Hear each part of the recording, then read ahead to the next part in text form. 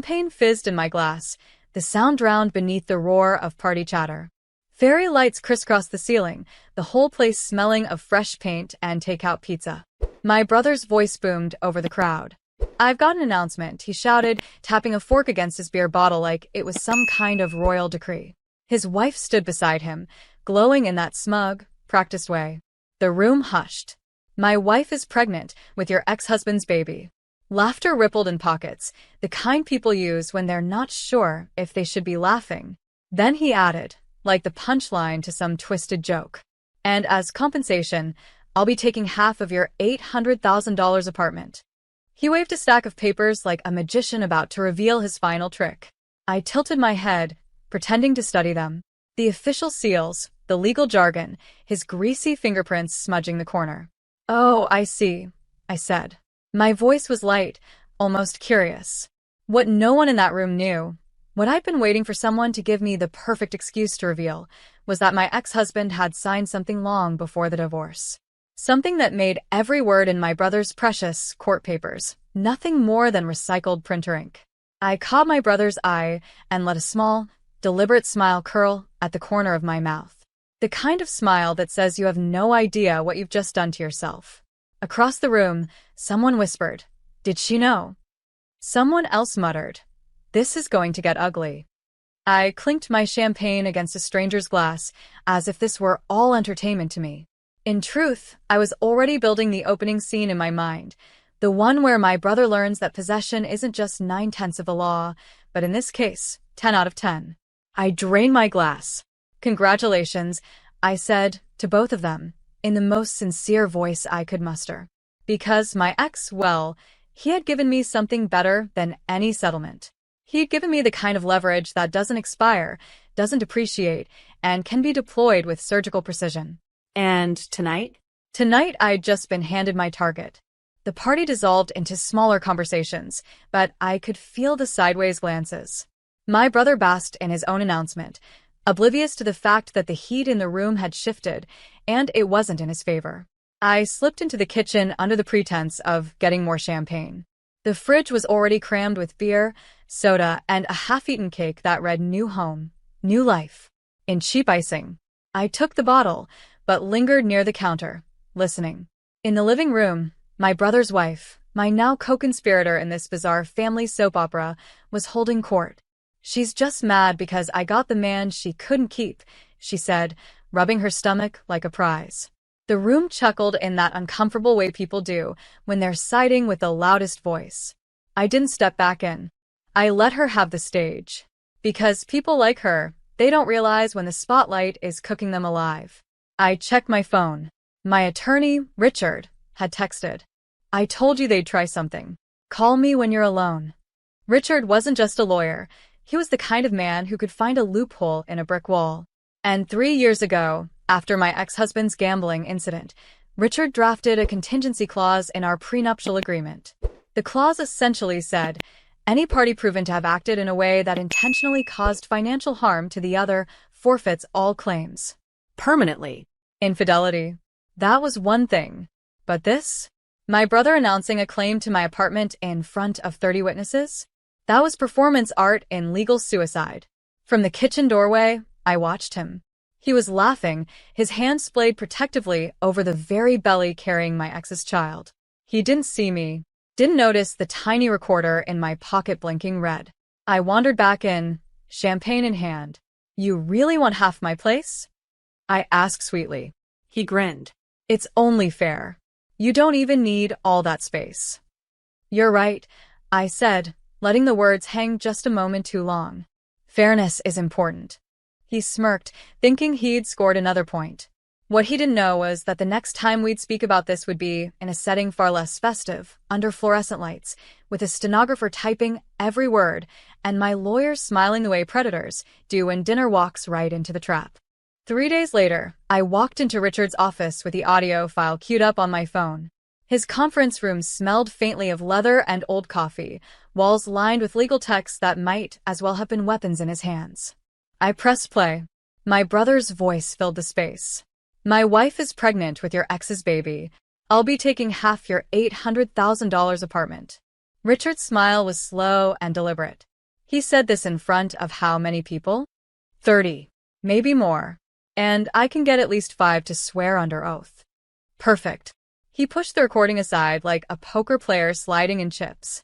We'll file a preemptive motion to dismiss any claim he tries to make. But before that, we make it public. I raised an eyebrow. Public. Richard leaned back, tapping a pen against his desk. People like your brother operate on bluster.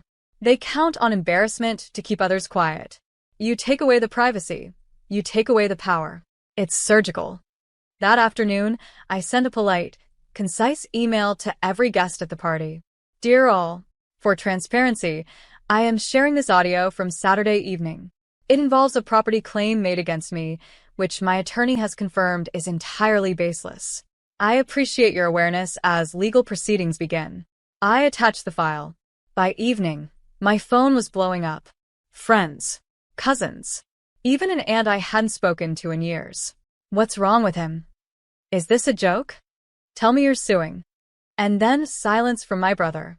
2 days later, a formal letter arrived from his legal representation, a generic printout from some low-level paralegal threatening appropriate action. Richard read it, snorted, and slid it into a file labeled Amateur Hour. We didn't respond. Not yet. Instead, Richard filed a public notice of intent to pursue damages for defamation and attempted fraud. That meant the claim and the recording became part of the public record. Anyone with internet access could see it. My brother called at 11:47 p.m., his voice slurred. What the hell are you doing? I didn't raise my voice. Fairness, remember? That's what you said was important. He cursed and hung up. I went to bed smiling, knowing we'd just set the first domino tipping. By the time it hit the last one, he wouldn't just lose the claim. He'd be scrambling to explain why he ever thought it was a good idea to tangle with me in the first place. And that explanation? It would cost him more than my apartment was worth. The cracks began at home. My brother's wife, the self-appointed queen of our family soap opera, posted a cryptic Facebook status. Funny how some people can't handle sharing. Guess greed runs in the family. It backfired instantly. The comment section became a battlefield. You literally tried to take her house? You're pregnant with her ex's baby? Wow. Just wow. Within hours, she deleted the post. But screenshots, as always, lived forever. I stayed silent online, letting the narrative feed on its own. That was Richard's advice, and it worked. The more they tried to defend themselves, the deeper they sank. Meanwhile, Richard was quietly tightening the net. He requested financial discovery, not because we needed it for my case, but because he suspected their new home was already under strain. Turns out, he was right. The mortgage was in her name only, the down payment borrowed from her parents. And the bank? 3 months behind on payments. This isn't just a defense anymore, Richard said, sliding the file toward me. This is leverage. At the next family gathering, my aunt's retirement lunch, they showed up late, looking like they'd spent the morning in separate rooms. My brother avoided me entirely, but his wife tried for a smile. Still enjoying your little game? She asked, voice sugar-coated and sour all at once. I leaned in just enough for her to catch the scent of my perfume, the one my ex used to buy me. It's not a game if you've already lost. She blinked, but before she could answer, I walked away to refill my drink.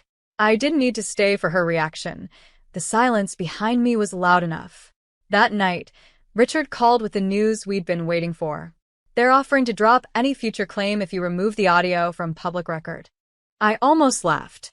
And give up the fun of watching them sweat? Not yet. We declined the offer. Public record stayed. And word was spreading beyond family now, through mutual friends, old co-workers, even the realtor who sold me my apartment. My brother was no longer celebrating new life. He was fielding awkward questions about paternity tests, legal bills, and whether or not he'd be homeless by Christmas. And I was just getting started. The dominoes were still falling, and I had no intention of stopping them. The implosion began with a baby shower. It was supposed to be a glowing Instagram event, pastel balloons, champagne flutes of sparkling cider, and endless selfies.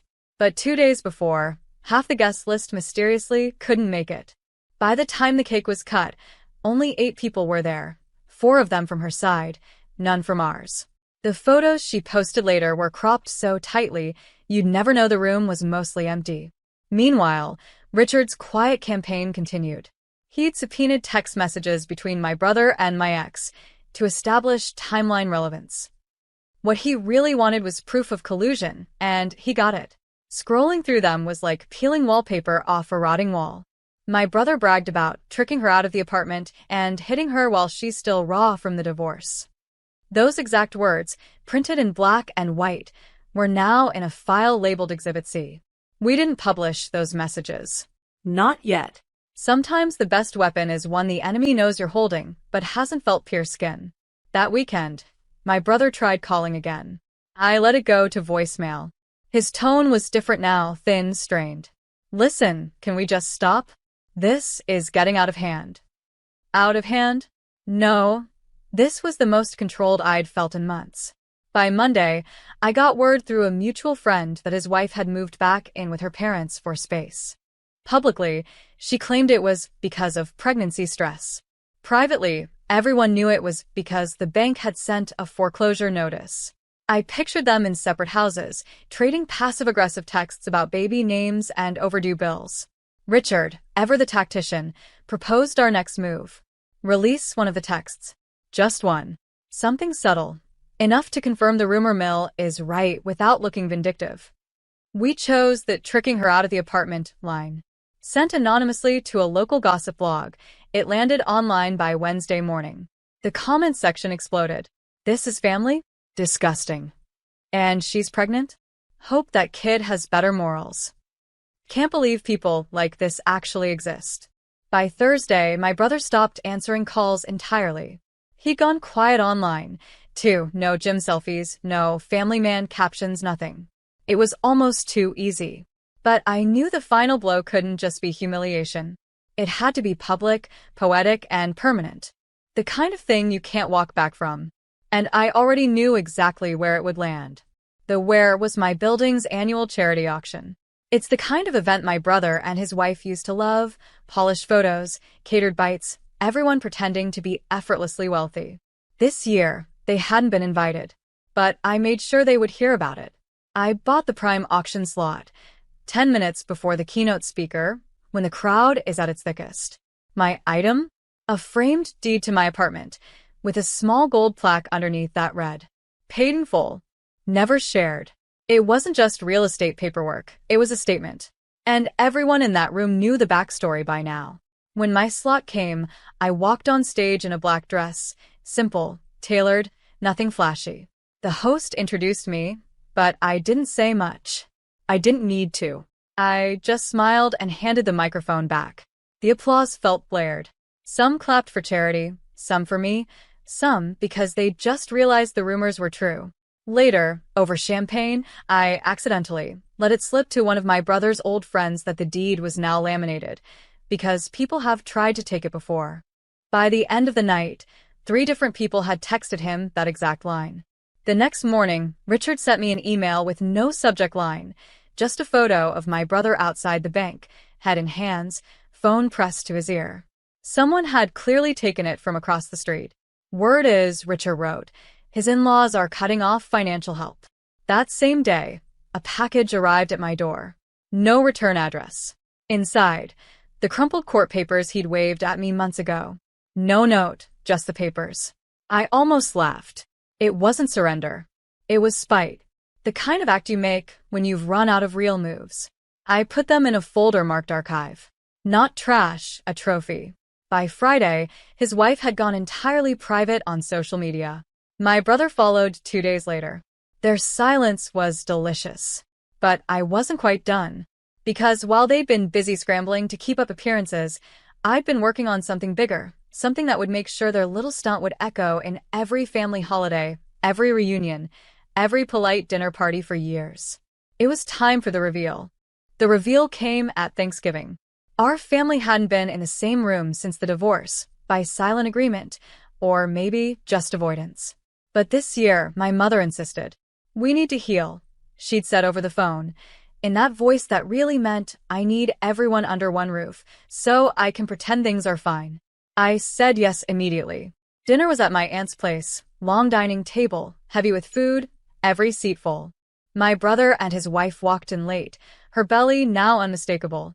They smiled too wide, the kind of smile that begs for people to believe it. We were halfway through the turkey when my aunt clinked her glass for attention. Before dessert, she said, our family tradition, the slideshow. Usually, it's baby photos and awkward school pictures. This year, I had been put in charge. The screen lit up with a title slide. What family really means. The first few images were harmless. Childhood Christmases, beach trips, birthday cakes. Then came a candid shot of my brother and my ex at the housewarming party, champagne glasses raised. A murmur went through the table. Next slide. The text message. The actual screenshot.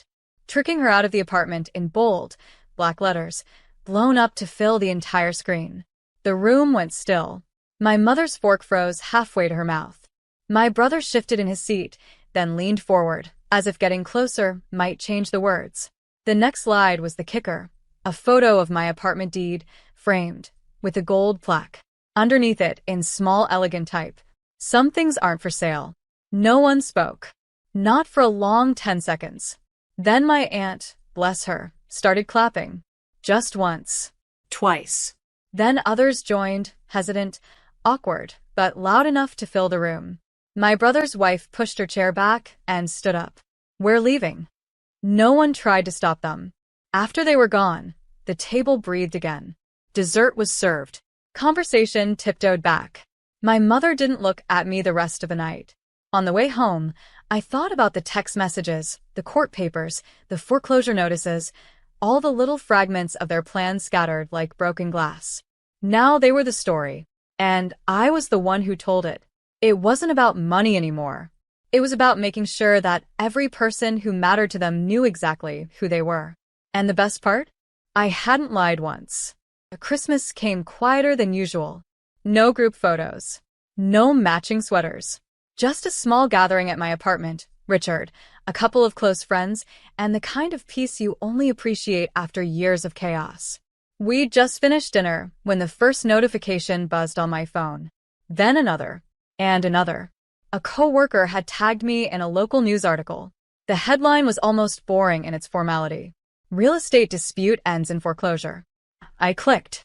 There it was in black and white. My brother and his wife had officially lost their home. The bank had taken possession.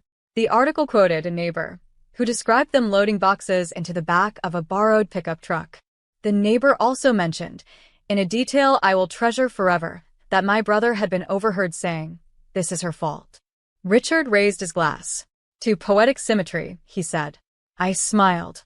Because here's the thing about symmetry. It doesn't just happen. You have to build it. You have to know when to speak, when to go silent, and when to let the weight of someone's own choices crush them without lifting a finger. A week later, I mailed my brother a Christmas card. Inside, I slipped a photo of the gold plaque deed, taken from a new angle so the light caught every word. No note, just the photo. I imagined him opening it in whatever cramped rental they'd landed in, his wife watching over his shoulder, both of them remembering the slideshow, the applause, the way no one had come to their defense.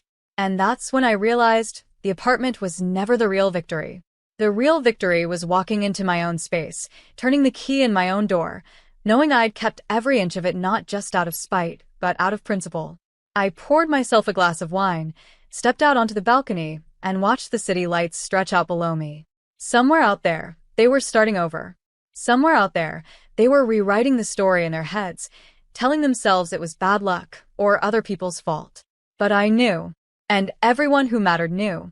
Sometimes revenge isn't loud. Sometimes it's a framed piece of paper, a slideshow, and the sound of a door closing behind you while you keep walking forward. And sometimes that's enough.